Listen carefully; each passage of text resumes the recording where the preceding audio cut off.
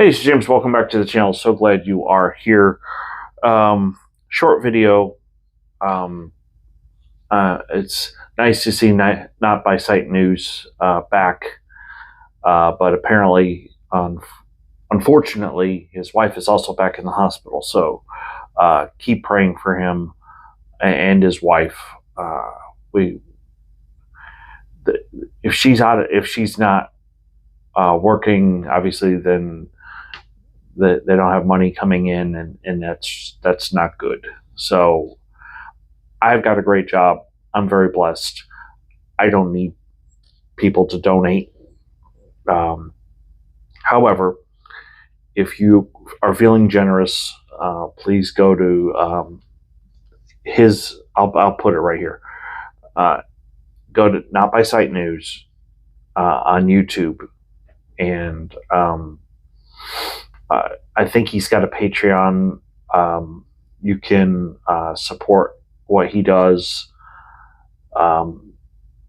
He's doing a great job helping to expose some of the shenanigans that some of these ministers are doing. And so anyway, he's the one that broke the news about Gateway Houston rebranding as Newlands Church. Apparently, Robert Morris's son-in-law, Ethan Fisher, told the congregation that he believes that they're in a new, fresh season. And see, this is where I don't necessarily disagree with what Not by Sight News is saying. I wish he would just say his first name. I don't like referring to him as Blind Christian Guy, but that's what he calls himself. But essentially, what happened was that Gateway Church put all their eggs in one basket, and that basket's name was Robert Morris. And he was a great speaker, and he was very charismatic, not just in the theological sense, but in the personality sense. Problem is that he was not completely honest with his wife or with the church. Honestly, if he had told the truth, and I'm debating. Put in the comments below. I want to ask this question: and if he had been completely honest that when he was 21, 22 years old, he had slept with a 12-year-old, and he completely repents and he never does anything else again, does that disqualify him from ministry? That he could never do any ministry ever again? My gut feeling is yes, but I want to hear what you have to say.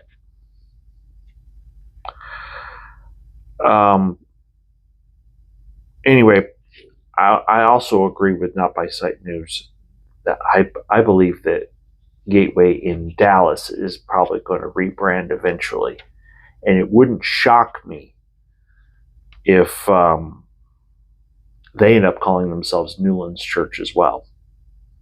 So if you paid attention to the sermon that Jurgen I'm thinking of Jurgen Moltmann, the theologian, the new interim pastor, if you paid attention to what he said, with their situation at his church, they didn't replace one senior pastor with another.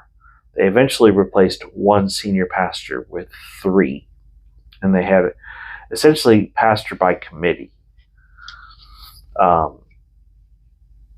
I have no doubt in my mind that that's the direction that Gateway Church in Dallas is going. They've already dropped the hint.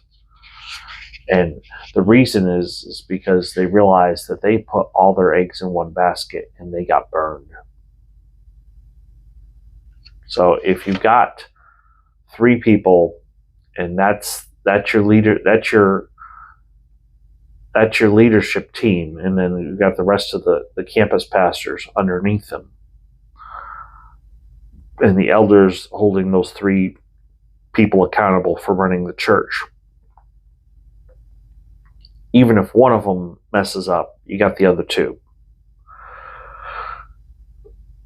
And of course, I mean, what you really want is you want those 3 people to hold each other accountable, and the elders to hold them accountable. And ultimately, what Gateway Church needs is more accountability and more transparency. So, anyway, we'll see what happens. I'm not going to go every Sunday, but I may go in a couple weeks just to see how things are going. I really would like to go check out. There's another person up in the DFW area that's a little different. Todd, I forgot his name. The guy with the long dreadlocks. I'd like to go see that in person and see what's going on. Anyway, just FYI, tomorrow I'm going to do a video about planes. So you're not going to want to miss that. We're going to talk about jet airplanes. And quite frankly, you don't need a jet airplane to preach the gospel. I heard Dr. Michael Brown talk about this, and he was spot on. So, but I'll share those thoughts tomorrow. In the meantime, if you are new, please hit like and subscribe. I do want to thank you for being here. Thank you for watching. Just know that the more I learned about this whole thing at Gateway Church, and the more I learned about what happened to IHOP, and the more of these scandals that keep happening, the more there's a fire inside of me that says this garbage has got to stop.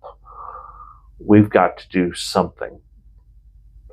And I've got some ideas. My background is in marketing.